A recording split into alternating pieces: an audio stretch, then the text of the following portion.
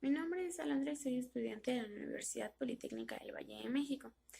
En este video les voy a mostrar un glosario de 19 temas, los cuales se relacionan con la ingeniería genética. Como primer tema tenemos a las células procariotas y eucariotas.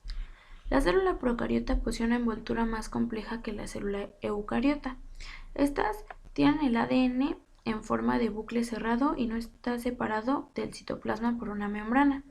La célula eucariota contiene un núcleo y contiene orgánulos. El segundo tema es la diferencia entre virus, bacteria y levadura. La bacteria crece en medios sin células, su reproducción es asexual y son procariotas unicelulares. Las levaduras son eucariotas unicelulares, crecen en medios sin células y su reproducción es asexual y sexual. El virus tiene envoltura proteica, son acelulares y tienen un solo tipo de ácido nucleico. Genética microbiana. Esta es la parte de la biología que estudia los genes y mecanismos que regulan la transmisión de los caracteres hereditarios. Después tenemos a la mitosis y meiosis. Estos dos son procesos de división celular.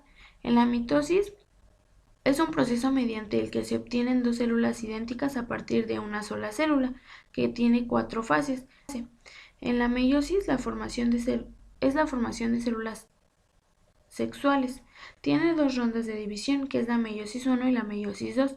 Dentro de estas se encuentran las 4 fases que tiene la mitosis, solo que aquí son 4 fases por ronda.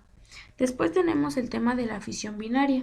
La fisión binaria es el proceso de las bacterias que utilizan para realizar la división celular. Tenemos la diferencia entre lípido, proteínas y carbohidratos. Los monómeros de las proteínas son los aminoácidos, estos son 20. Estas se encuentran formadas por carbono, hidrógeno, oxígeno y nitrógeno y tienen funciones estructurales esenciales. También ayudan al transporte de materiales a través de las células. El carbohidrato está conformado por carbono, hidrógeno y oxígeno y estos son conocidos como azúcares. Los lípidos están conformados por carbono, hidrógeno y oxígeno y fósforo. Estos no se disuelven en agua y se clasifican en saponificables y no saponificables. Como siguiente tema tenemos a los ácidos nucleicos. Estos constituyen el material genético de los microorganismos y sus 3 funciones son almacenar, transmitir y expresar la información genética. Después tenemos al metabolismo, que son cambios químicos que se presentan en una célula y estos cambios producen energía, los cuales necesitan los organismos y las células. En el siguiente tema tenemos la diferencia de la estructura primaria, secundaria, terciaria y cuaternaria del ADN. La estructura primaria es el orden de la cadena carbonada de un único filamento. La estructura secundaria es la disposición helicoidal que caracteriza a la cadena del ADN y la doble hélice. La estructura terciaria es la responsable de su actividad biológica, esto es en pH, temperatura y composición del disolvente. Y la estructura cuaternaria, que es la organización de más alto nivel en la cromatina. En este nivel la fibra de cromatina se empaqueta formando una fibra de cromatina de 300 nanómetros. Después tenemos el tema de diferencia entre manipulación in vivo y manipulación in vitro. La manipulación in vivo significa que ocurre o tiene lugar dentro de un organismo y la in vitro se refiere a una técnica para realizar un determinado experimento en un tubo de ensayo o generalmente en un ambiente controlado fuera del organismo vivo. Después el tema es ADN recombinante. Es la mezcla in vitro de diferentes secuencias derivadas de varias fuentes biológicas. El siguiente tema es el gen. Es la unidad funcional y física de la herencia. Son segmentos de ADN. Como siguiente tema tenemos genoma. Es el conjunto de instrucciones genéticas que se encuentran en una célula. Tenemos la clonación. Es la variedad de procesos que se utilizan para producir copias genéticamente idénticas en un ente biológico. Cultivo de tejidos y cultivo de células.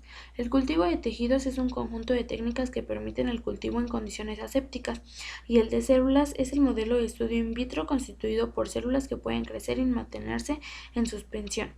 Después tenemos la duplicación semiconservativa del ADN. Esta significa que cada cadena de la doble hélice del ADN funciona como molde para la síntesis de una nueva cadena complementaria. Después tenemos el experimento de Mendelssohn-Stahl, en el que se demostró que la replicación de ADN era semiconservadora. Después tenemos bioética. Esta es la rama de la ética aplicada que reflexiona, delibera y hace planteamientos normativos y de políticas públicas para regular y resolver conflictos en la vida social. Las técnicas instrumentales básicas. Estas son electroforesis, la cual es una técnica para separar el ADN, ARN o moléculas o proteínas en base de su tamaño, espectrofotometría, la cual se mide la intensidad de la luz para determinar la concentración del analito presente en una muestra. Después tenemos lo que es radioquímica, que es la división en química que se encarga de los fenómenos reactivos químicos usando prácticas radioactivas. Después tenemos cromatografía, que es el método de análisis que permite la separación de gases o líquidos de una mezcla. Y por último, la inmunoquímica, que se utiliza para evaluar la respuesta inmune humoral y celular a partir de la detección de diversos trazadores presentes en la sangre y otros fluidos.